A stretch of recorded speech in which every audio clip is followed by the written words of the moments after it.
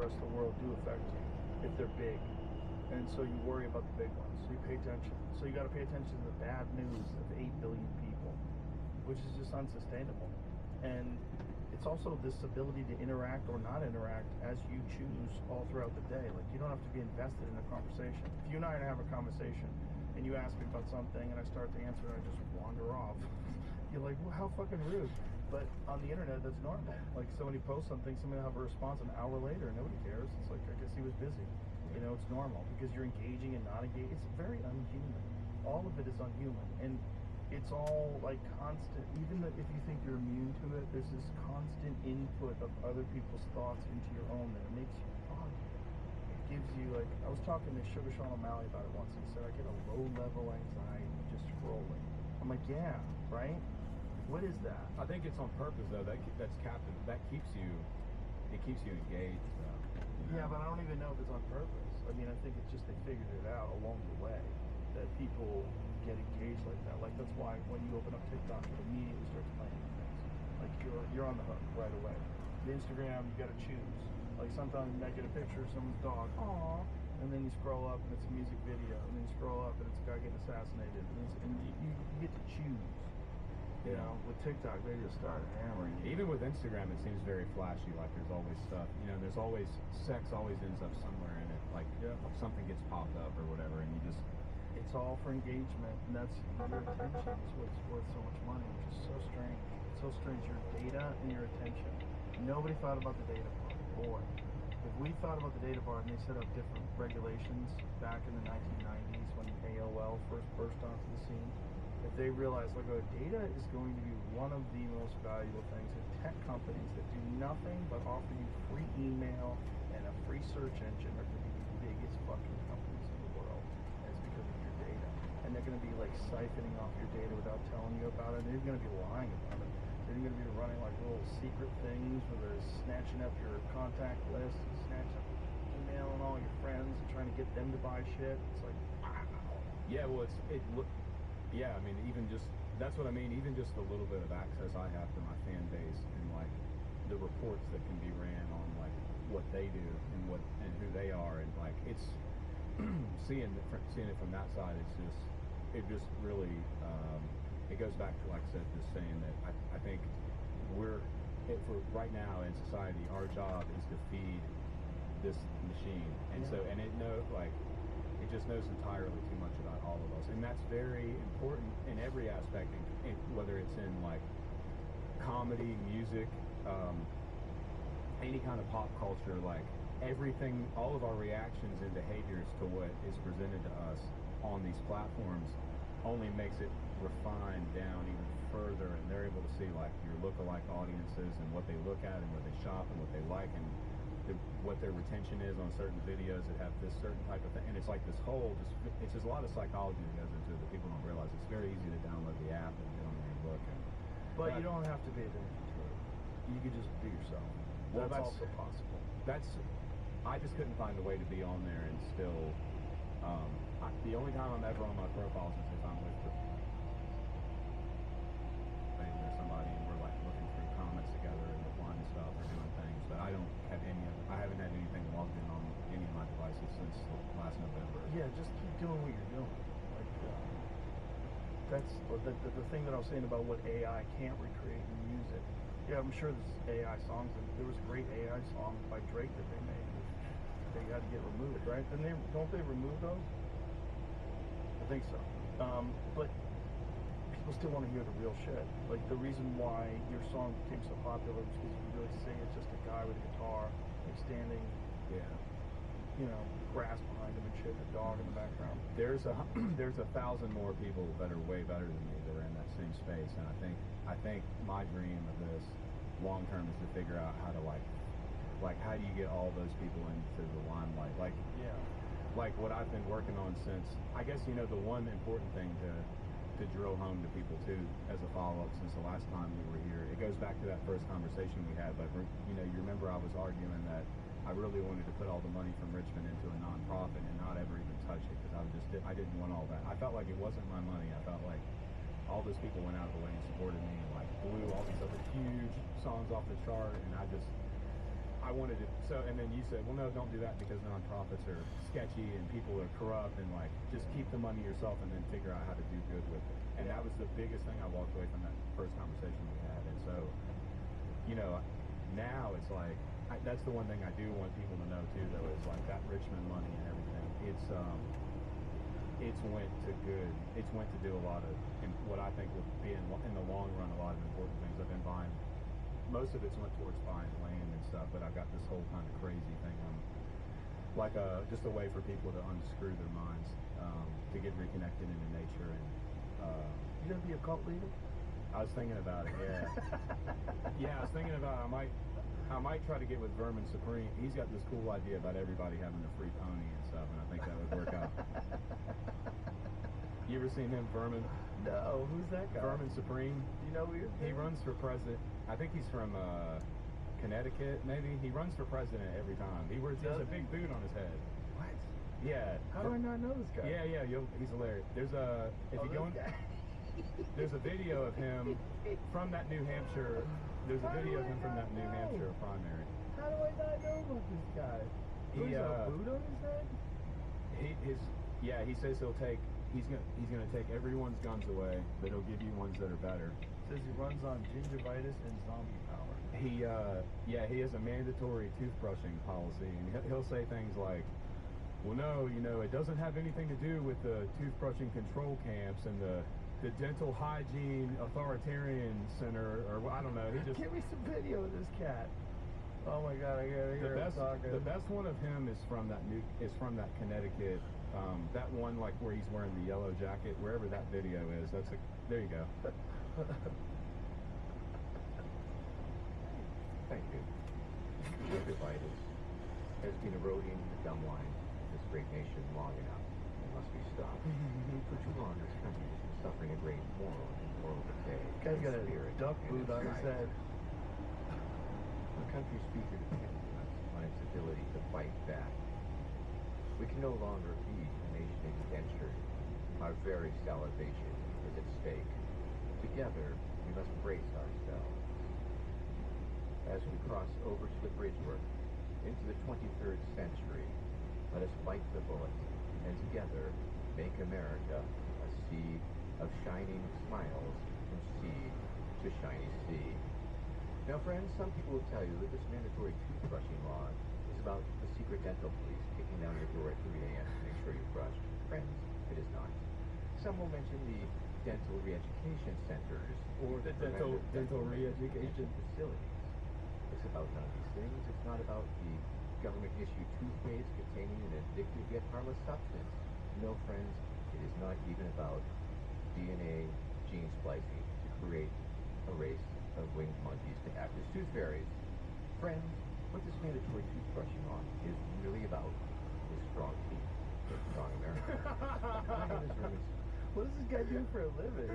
He looks like an open micer that you would find at the comedy store. He looks like somebody that would be on like a Kill Tony, but he runs every time and he just tries to make, like at the very end of this, whoever the guy is beside him running, he's like sprinkles dust all over him and says he's gonna make him gay, and so I don't know, he's just in there making a mockery of it, I guess, but That's funny. But yeah, that's who I'll have to team up with him for my cult or whatever, my toothbrushing cult. 100%. You need him on board. He needs to be the toothbrush guy. If you're gonna have a cult, you can't have stinky breath. You gotta keep it together. But yeah, maybe it's like a cult or something. I But don't know. helping other musicians that have talent, like giving them a vehicle, that's huge, man. Like, cause there's a lot of people that just don't know how to get started. And sometimes the thing that makes you a brilliant musician or even a brilliant comic makes you bad at promoting, because you're not thinking about yourself. You're like really locked into the work. You're really locked into your thing. And it takes someone who's really thinking about themselves a lot and promoting themselves. It's a totally different mindset to be like the social media guy, like to be like really into like social media videos, and really into like promoting your gigs, and so like a lot of guys fall by the wayside because they just never put their stuff out there. Like there's some brilliant comics like, you should put this out, man. This is great stuff. But they just want to kill. They just want to go up. Their thing every night is get on that stage and it's also the attention and stuff of it. It's the not. Yeah, I mean, that's kind of what I kind of laughed when all this happened again with the Scornful song. I remember I called Draven like right after everything went up and everything was starting to move, and I was like, oh, what have we done? You know, like here we go. Here comes the New York Post is going to come showing up again in my grandparents' house next week again or whatever. And it's just like, but I think it's also just, yeah, people just maybe don't want the attention. There's a lot of really funny, genuine people that do comedy, but and they can they can get up there and have enough attention on them to do the comedy, but they don't want to be like, hey, look at me. I mean, I fight that constantly. Even like that little video where we were going into plane yesterday, and I said plane by day, Joe Rogan pod.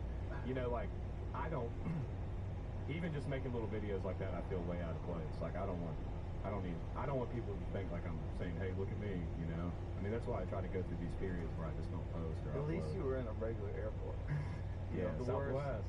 The worst is when people are doing those things in front of a private jet. I'm like, okay, we get it, you're rich. You know, people try to take photos of me in front of a jet. I'm like, I'm so not. I don't like the attention. I don't want it. I don't need it. Which is weird because I got a lot of it, and I think it's probably why I have a lot of it because I'm not looking for it. Yeah, but you're also able to, you're channeling it out through all these other, I mean, think about all the things that you've influenced and been a part of and done, even just through this podcast and all the conversations had and the information shared. Like, it's not like you're just posting a bunch of pictures with your shirt off, like, hey, look at me. Like, you're using it.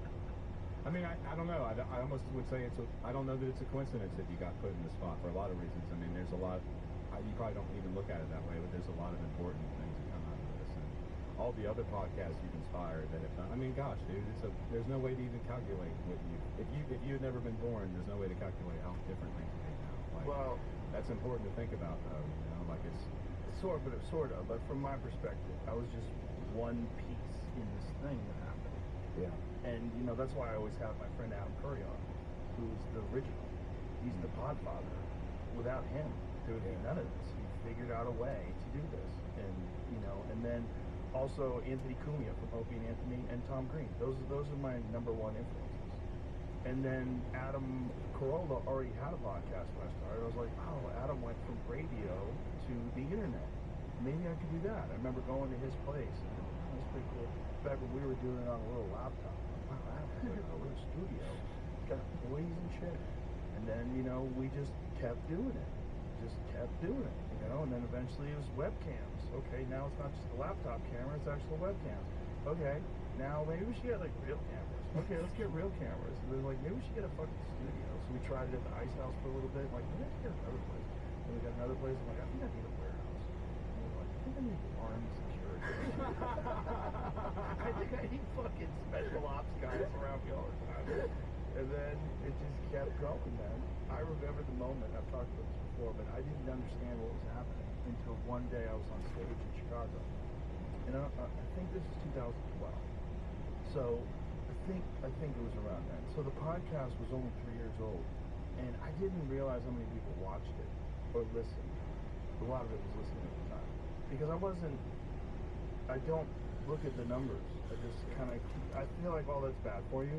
You know, reading the comments, looking at the numbers. It's just like, do what you do. That's why I do it exactly the same way. I have a bunch of people on there that nobody's ever heard of. You know, and then a few Bonos and stuff. You know, every now and then I'll have Russell Crowe on something crazy. Oh, Dennis Quaid's here. Yeah, you're Mel Gibson. Yeah, he's the best. But I was on stage in Chicago and I was telling the story about the podcast. I go, how many of you guys listen to the podcast? And they're like, yeah. It was like 3,700 people in this place. And they were all screaming. I'm like, whoa. Yeah. That's when I realized, like, at that moment, I was like, holy shit, how big is this thing gonna get? And this is another funny thing. When I went up at Spotify, I was trying to get 10% less famous. That was my goal. My goal was to fade away. My goal was, like, if somebody's paying me to go to this app to get it, all the people that are getting in the other apps will probably stop listening. Like, this is great. I'll get all the money, and I'll just fucking drift into this place where it's only like the hardcore fans that make the trek over to Spotify. And this fucking COVID comes out. I remember the beginning of the podcast, we lost 50% of our views. Jamie was in the hot minute. Yeah, that's exactly what I meant earlier about not putting a lot of songs out. There's some cool place where you can be where you're where Yeah. you have your real fans and you're having fun, but you're not into all the sensationalism and all the crap, you know, like, you can avoid all that. You're a real guy. You're a real dude, and I think one of the ways that the world's prepared you for this is that you've lived a normal life for a long time. You know, a normal life, no live performances, no notoriety, no fame, no nothing. You developed like when people want to hear working man songs, you fucking know Bruce Springsteen is a working man. Do you know what I'm saying? Like, he probably was never really a working man. He was never working on the docks. You know what I mean? He was never really a guy grinding it out. He became famous pretty fucking young. You know, Bruce Springsteen and the Street Band, they got hot early. Like, they're great. Don't get me wrong. Especially as early as Born to Run. Fuck. He got some jams, dude. Yeah. He's got some great songs. You know, Brilliant Disguise. Oh, I fucking love that song. But you're a real working man. Like, you were a real working man when you made Richmond North of Richmond. Like, that is real. And you can't fake that. And people want that. They want a fucking trucker hat. They want ripped jeans. They don't want, like, ripped jeans with ripped from work. You know what I mean? They don't like real oil stains on your knees because you're fixing your own car. You know? Like, that's what people want in this world. They want authenticity. And it's possible to maintain authenticity regardless of it. It is possible. I think you can do it. I think you can do it because you got here later in life. You got here and you lived a real life. And then in magic fantasy land where we all live. Yeah, well, the thing that I've gotten the most from you, like I said, I don't look at my streaming numbers or anything either. That's what I mean, like, when I finally did go back and look at Spotify, like, after a year and a half later, it's just like, oh my God, like, this is still a thing, you know? But, so I agree with you there. I don't look at the numbers. I do catch myself reading a lot of the comments, but only because a lot of them are important, and I think some of the stories in them are important to me. But I don't want to completely isolate myself from that. And like I said, I also really like some of the negative ones too, I think. And the negative ones are a lot less now than they used to be. It was just really early on. People didn't understand how everything happened. And I really didn't understand it either. That's why it's like, whatever, you know. But, moving forward now, yeah, I've got a good, like, core team of people. I've got Draven from Radio WB. I've got 2 or 3 people on staff. I don't have a management company or a publicist, you know. That's the key. I'm keeping it real low. Well, I mean, it just amazed me when I came here for the first time and saw the staff you have, and then, like, meeting Lex. You know, Lex does all of it. He even turns his own cameras on. So there's only Lex in the whole place. It's like, gosh, I don't need all these. And it's like a lot of those positions and jobs and services that musicians use, I think they don't realize that they don't even need. They just are like, oh, that's how it is in music. That's what I want to I want to, yeah, I don't know exactly. It eliminates the executive influence. It eliminates the corporate mindset. It eliminates that. Because there's always going to be a person that wants you to make a decision that's better for you financially. Whereas, like, your instincts are guiding you towards this artistic decision. Yeah. And anytime those people get in the mix, they fuck it. I'll give you a great example. It's like the only like call out on here that's negative that I'll say at all. Is that just to show like how stuck in the mud the industry is and how much I think it's going to change in the near future is leading up to the Scornful release. Me and Draven had went back and found about 30 or 40 people who just without us even knowing who they were made the Richmond reaction videos, and they were a big part of the push of it, especially long term. You know, like people on TikTok and stuff that had made these videos, and so I own 100% of my publishing. You know, all the music's mine. Thankfully, I have my own label technically that collects the money, but you have to use a publishing administration deal in order to collect money like overseas. I don't know if you're familiar. If it's the same in comedy, but like, yeah, most any musician, whether you're independent or you're with somebody, you have to have some kind of hub admin, and it's basically somebody that goes and helps you collect publishing money from overseas, basically mostly from overseas, is the way I understand, like all these obscure places that money exists. So Warner Chappell does it for me for 9%, right? So they go collect all the stuff, they keep 9% of it. They're the same to me as if I had a commercial landscaping company managing a property for me. So all I asked them to do was, hey, Warner Chappell, this 6-foot square of grass where all these reaction videos exist, just please whitelist these people so they don't get copyrighted. I want them to actually make the money they make on the Scornful reaction videos, you know? Like, I don't feel right if they're going to go and make a Scornful Woman reaction video or play drums over it or whatever. I don't want to take 50% of what, you know what I mean? Just don't copy it, just whitelist it. And it should have been, okay, great, good idea, you know? And instead they just said, we can't do that, but it's for your protection. So, Because they wanted the money. so, Do they get a percentage? And Or are they on a, how do they get well, paid? they take 9% off of what I Yeah, get. they don't like. But I tried to explain to them, well, no, like, in the business sense, I even counter-argued them, and I was like, well, let's think about it in the business sense. This little bit of money, right, that you're not going to collect off these reaction videos will generate who knows how much traffic to the music, which is what the money you really want. And it shouldn't matter anyway. It's not their shit to decide on. It's mine.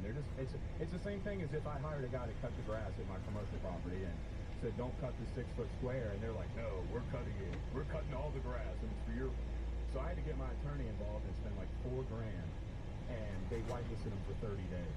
And so I'm like, okay, like that's why all of you industry people are like, so it's like that's why this is happening. That's why it's like, I don't know, just they don't care at all about the little guy or the people who are like doing all the work. I just picture all these like stinky librarian type old people sitting around a table like, and yet they can make all this money and make all these horrible decisions and pour all these millions of dollars into songs that don't work, and it doesn't matter because it's just like it's not they don't care. They're getting their big salary, and so yeah, it's just even in the most minuscule relationships I've had in Nashville, I get resistance and pushback, and like I don't know, like why wouldn't they want me to whitelist those 30 people? It's just little stupid stuff like that that I've constantly dealt with. So I've just decided now, like I just don't want to do anything in the music. Like I don't even need to be in the music business, like in that sense, I write my songs, I record them, I go do my shows and have fun, but I don't even need to follow any of the model of what like a traditional musician artist person would have done. You definitely don't need 10 years ago. You don't need to do it that way. It's not necessary. And you have the right mindset. Is that all those reaction videos just get more people to listen to your music? That's fact. But those people were like real fans Yeah. who went and did it not because they were trying to get traffic or money or whatever. They just like liked it and wanted to push it, and so the least I can do is not take 50% of their stuff, and like but isn't that crazy that it's like there's nobody's ever done that, I guess, like before. They were just acting like that was just the craziest thing in the world. So I ended up releasing this Scornful song through a company called Sound On, which is like the music distribution side of TikTok, which seems like something I would never want to do, but they give me the flexibility to go and do all this. They don't care because they're not music industry people. They're just social media people. So I uploaded it through them, basically. So I own all 100% of the rights. It's all my stuff. I don't have any deals or records or labels or anything, but they push it to the streaming services for me, and they do all the stuff. So that way I'm not even having to use a music company to push my music. I can kind of just like not even be there at all, like not even be in Nashville at all. That's the goal, is just to get. And so now that I've got data from, since Richmond basically, and have learned a lot, my goal long term is I'm going to always put new music out and write stuff, and but it's going to come in spurts, and there'll be times where people won't see a lot of me, but I'm going to be in the background with other people. Like I want to help. I want to find these people on TikTok that have like 100 followers, and I know that they've got what it takes, and get with like Drake and some of these other people I've met, and like help them write some really good songs and record them and put them out and push them. And just like I would love to plant like 10 or 15 people in the music, like give them everything I can give them to push them forward and make like. That way it doesn't feel like I'm the guy in the spotlight trying to like. I feel like I'm like the most. I love these companies that got like all these employees and all this money and all this backing. And it's literally like 4 or 5 of us taking them. It just, I don't know. To me, I just think I think there's strength in numbers. If I could help more artists push forward and like help them break that cycle too, that it would be like a multiplication factor on this whole thing. That's going to be kind of my next thing I get to do is helping produce music and doing festivals and like starting a label basically, kind of sort of. That's fucking awesome. But a non-predatory one. Like even when Draven puts somebody on Radio WB, if they get 30,000 views, there's already people trying to sign them. Like they just want control of every new thing that's. Well, that's what they were trying to do to you right off the bat. Oh, it felt terrifying too to not do it. It just felt like I was just.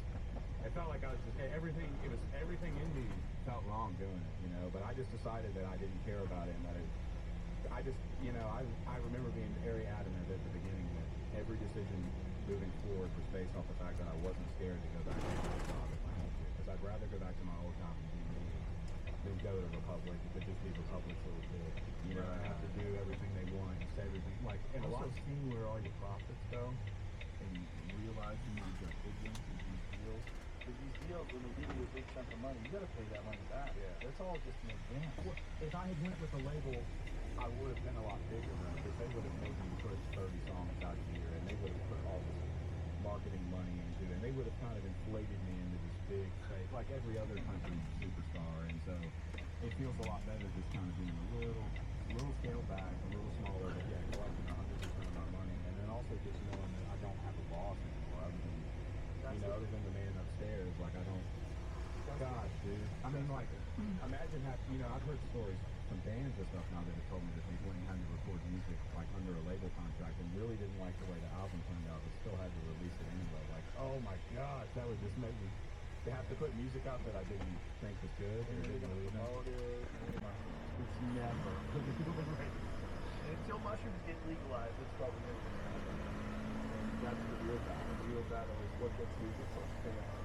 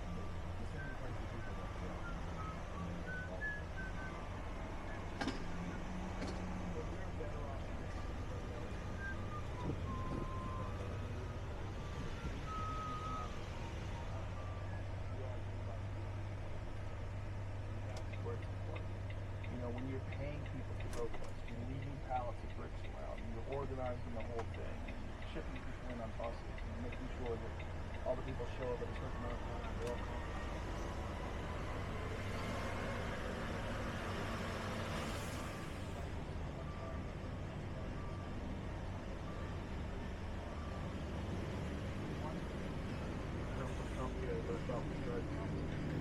Is that it wants to make an executive order where people that are here for a long time have been like working on farms that are undocumented, that they won't be targeted. This is my job. Where are my gloves?